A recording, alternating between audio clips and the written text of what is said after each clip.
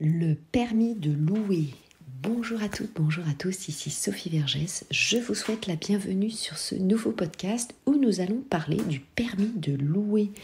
Et oui, si vous louez en habitation pour votre futur investissement locatif, dans certaines villes, vous allez évidemment devoir signer et demander l'autorisation d'un permis de louer au service compétent. Donc nous allons voir ça dans ce podcast. Je vais vous expliquer quelles sont évidemment les démarches à faire, quelle ville cela concerne, et donc vous saurez tout à la fin de ce podcast. Allez, vous êtes prêts? C'est parti. Alors, le permis de louer existe donc depuis décembre 2016. C'est issu de la loi Allure qui vise à lutter contre le mal logement. Donc ça, c'est plutôt évidemment une bonne chose. Donc dans certaines villes, que nous allons voir plus tard, vous pourrez être soumis à une autorisation préalable ou à une déclaration consécutive à la signature du contrat par l'organe délibérant. Donc ça peut être le conseil municipal par exemple. Donc les zones soumises à autorisation sont situées sur les territoires présentant une proportion importante d'habitat dégradé. Donc ça peut vous donner évidemment une indication si vous allez y être soumis ou pas. Et tandis que celles soumises à déclaration peuvent être partout ailleurs. Il y a aussi des villes qui vont donner cette impulsion. Ça concerne bien sûr les contrats de location nus, donc c'est-à-dire sans les meubles ou meublés, dont notamment c'est la résidence principale pour votre locataire, à l'exclusion de la reconduction ou du renouvellement ou de la conclusion d'un avenant à ce contrat. C'est l'article du Code de la construction et de l'habitat R634-1 et R635-1. Pour cette demande, vous allez remplir le document CERFA 15 652 étoile 01 accompagné de documents dont notamment les diagnostics immobiliers du bien, c'est-à-dire le DDT, le dossier de diagnostic technique remis évidemment par votre diagnostiqueur. Évidemment, l'autorisation deviendra caduque si vous ne louez pas le bien immobilier dans les 2 ans suivant cette délivrance d'autorisation.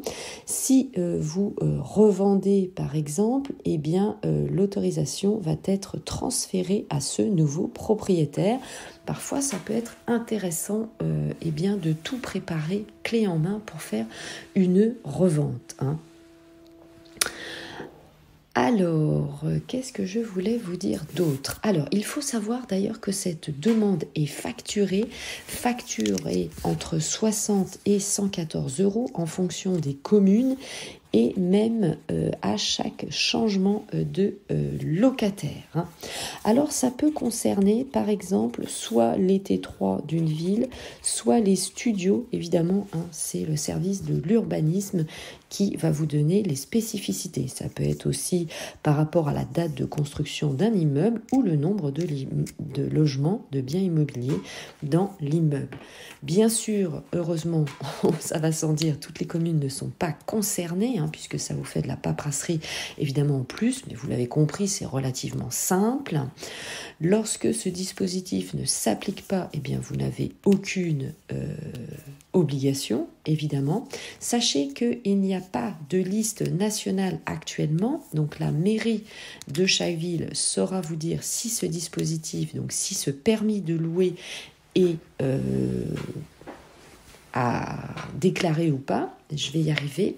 Vous avez également l'ADIL, qui est une association, donc dans chaque département, vous avez cette association qui va vous donner des informations et des conseils sur le logement. Avant de terminer ce podcast, comme vous le savez, nous pouvons échanger avec grand plaisir sur vos projets. Et donc, je peux vous donner des renseignements. Évidemment, cela me fera plaisir d'échanger avec vous. Donc, n'hésitez pas, TikTok, Instagram, Facebook, YouTube, Clubhouse, etc., etc. Alors, il y a un site internet qui vous propose une liste. Cette liste est mise à jour régulièrement. c'est le site LOC, LOC comme location, LOC service au singulier.fr que vous connaissez d'ailleurs puisque nous utilisons le tensiomètre actif pour connaître la demande locative et le prix que va pouvoir payer votre locataire, quel est son budget.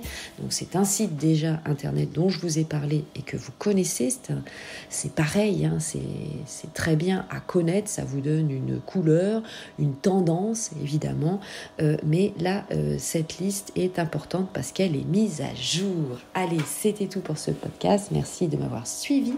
À très bientôt dans les commentaires. À tout de suite. Donc, je vous embrasse. Portez-vous bien. Bon investissement. Ciao, bye bye.